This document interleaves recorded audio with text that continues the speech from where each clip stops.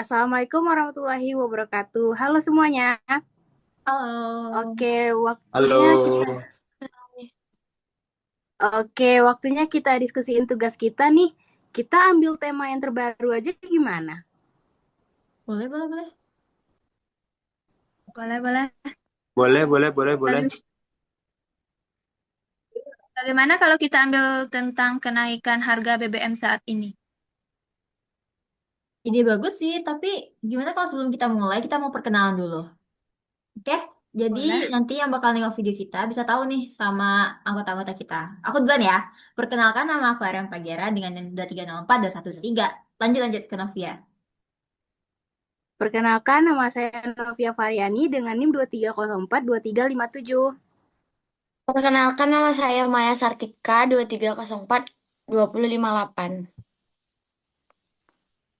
Perkenalkan nama saya Muhammad Teguh Ghazali dengan NIM 23042308. Dan saya Viola Desmita dengan NIM 2304-2091. Oke, gimana kalau aku mulai duluan ya pembahasannya?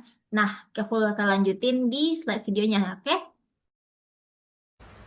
Pernah nggak sih kalian lagi ngantri di pom bensin, terus coba perhatiin perbedaan harga dari beberapa jenis minyak yang ada di SPBU, contohnya seperti Pertamax dan Pertalite. Lalu tiba-tiba tersadar kalau angkanya sangat berbeda jauh dari bulan kemarin. Dan ternyata jatah pengeluaran bulanan kalian bakal jebol di hari itu juga. Halo semuanya, selamat datang di channel kami. Sebagai salah satu mahasiswa administrasi negara, kami bakal mengangkat isu yang lagi panas pada saat ini, yaitu kenaikan harga BBM non-subsidi di bulan Juni 2026. Kenaikan harga BBM yang tiba-tiba ini ngebuat kita sedikit bingung kemana kita akan mengadu secara efektif dan protes secara efektif tentang persoalan ini. Karena bayangin aja, pada tanggal 10 Juni 2026 kemarin, harga Pertamax tiba-tiba meroket dari harga Rp12.300 menjadi Rp16.250 per liter. Harga yang cukup jauh tentunya.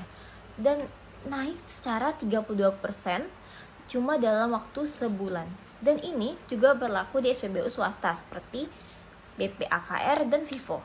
Ironisnya, pemerintah dan pembuat kebijakan mungkin bilang, kan gak semua orang menggunakan Pertamax, kebanyakan menggunakan Pertalite, apalagi untuk rakyat-rakyat kecil dan anak-anak kos seperti kita.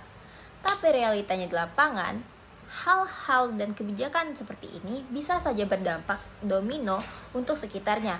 Kita ambil saja contoh di pasar. Harga sayur di pasar juga ikutan naik. Kenapa? Karena ongkos untuk biaya distribusi sayur itu juga ikutan naik. Dan ongkos angkut ini juga akan membengkak sehingga biaya produksi UMKM juga akan berlipat ganda. Nah, pertanyaan besarnya dari kacamata administrasi publik, pas kebijakan BBM ini datang secara tiba-tiba, seharusnya warga mengadu kemana? Apakah langsung membuat Twitter dan menjadikannya viral begitu saja? Lalu bagaimana dengan masyarakat di pedesaan ataupun masyarakat yang tidak dapat menjangkau akses internet secara keseluruhan? Ternyata suara kekesalan dan advokasi warga soal BBM ini paling kencang dan efektif terdengar di frekuensi radio, yaitu melalui program Halo RRI di RRI Padang. Yuk kita bedah mekanismenya. Halo, aku Maya. Aku akan melanjutkan penjelasan dari Aryan. Bicara soal harga bensin, kalian mungkin mikir kenapa harus ke radio RRI Padang? Kenapa nggak viralan aja di Twitter atau TikTok? Kan lebih gampang jawabannya daripada karakter media radio itu sendiri. Siapa sih audiens utamanya ketika BBM naik? Siapa yang paling pertama kali merasakan pukulannya? Mereka adalah orang-orang yang hidup di jalan, supir angkot, driver, transportasi online, kurir logistik, pekerja sampai pekerja yang lagi nyetir. Dan tahu nggak media apa yang paling setia menemani mereka? Radio RRI Padang punya jangkauan siaran sangat luas mencakup seluruh Sumatera Barat sampai Kepulauan Mentawai. Di frekuensi Pro 1, mereka ada program epic bernama Halo RRI yang tayang pada setiap Senin, Jumat pada 9 pagi. Dan ini bukan sekedar program kirim salam. Halo RRI adalah fasilitas pengaduan publik yang real time. Disinilah letak bedanya dengan media sosial. Kalau kita marah soal harga bensin di Twitter, algoritmanya yang bekerja. Tapi Halo RRI, warga menelpon langsung, suaranya didengar secara live, didengar oleh ribuan orang lainnya. Yang paling penting, RRI langsung menyambungkan keluhan itu ke instansi yang terkait. Hebatnya lagi, program ini mendukung sesama Outbutsam Sumbar. Jadi, ketika ada bapak-bapak supir di daerah pelosok ngeluhin tentang SPBU curang atau pertalit yang sengaja dikosongkan agar warga beli Pertamax, itu bukan sekadar curhat, itu adalah data mentah dari warga yang langsung ditangkap pengawasan negara. Fasilitas oleh gelombang radio. Bye-bye, itu penjelasan dari saya. Nah, dari data pengaduan yang masuk ke RRI tersebut, sebenarnya seberapa parah sih dampak kenaikan BBM ini di Sumatera Barat? Dampaknya berlapis dan seringkali tidak terlihat oleh kacamata pembuat kebijakan.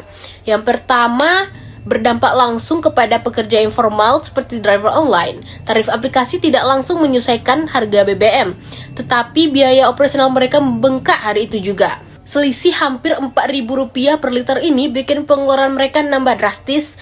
Posisi mereka ini sangat rentan karena mereka menanggung beban kebijakan di garis depan tanpa jaring pengaman sosial yang jelas. Yang kedua, ada kelompok zona abu-abu. Mereka ini bukan warga kelas atas, tapi kendaraan mereka memang butuh BBM oktan tinggi. Atau yang sering terjadi di lapangan, SPBU di dekat rumah mereka kehabisan pertalite. Terpaksa harus beli Pertamax kan? Mereka tidak terdaftar sebagai penerima subsidi, tapi langsung kena hantaman harga. Ini yang sering kami sebut sebagai kebutaan administratif, di mana negara tidak bisa melihat bahwa warga kelas menengah bawah ini juga ikut menjadi korban kebijakan dan subsidi. Ketiga, masalah rantai pasok dan logistik, apalagi di wilayah kepulauan kayak di Mentawai.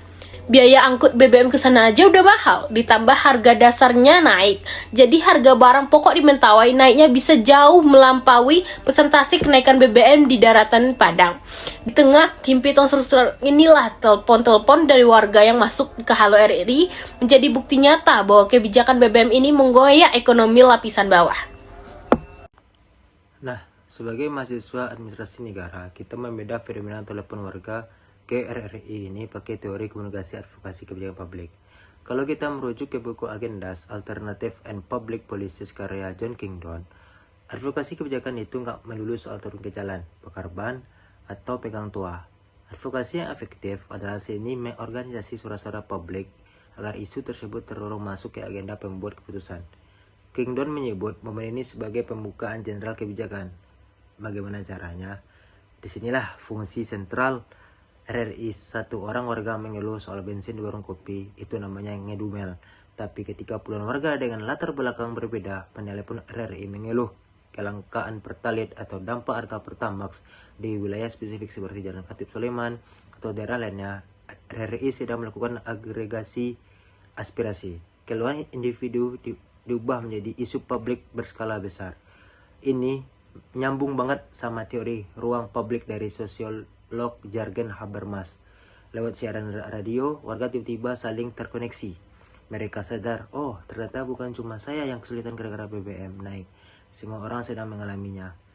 Dari kesamaan nasib inilah lahir kesadaran kolektif. Dan dalam ilmu advokasi, kesadaran kolektif yang disalurkan melalui media resmi seperti lembaga penyiaran publik adalah kekuatan yang mau tidak mau memaksa birokrasi dan pemerintah daerah untuk memberikan respon, memberikan klarifikasi atau bahkan mengevaluasi kebijakan di tingkat lokal. Nah, dari beda kasus soal advokasi dampak BBM di RRI tadi, kami dari kelompok KKL merumuskan 4 rekomendasi konkret. Yang pertama, penguatan sistem tracking aduan BBM. RRI Padang perlu punya dashboard pelaporan yang transparan. Publik yang sudah berani menelepon atau advokasi hak mereka harus tahu.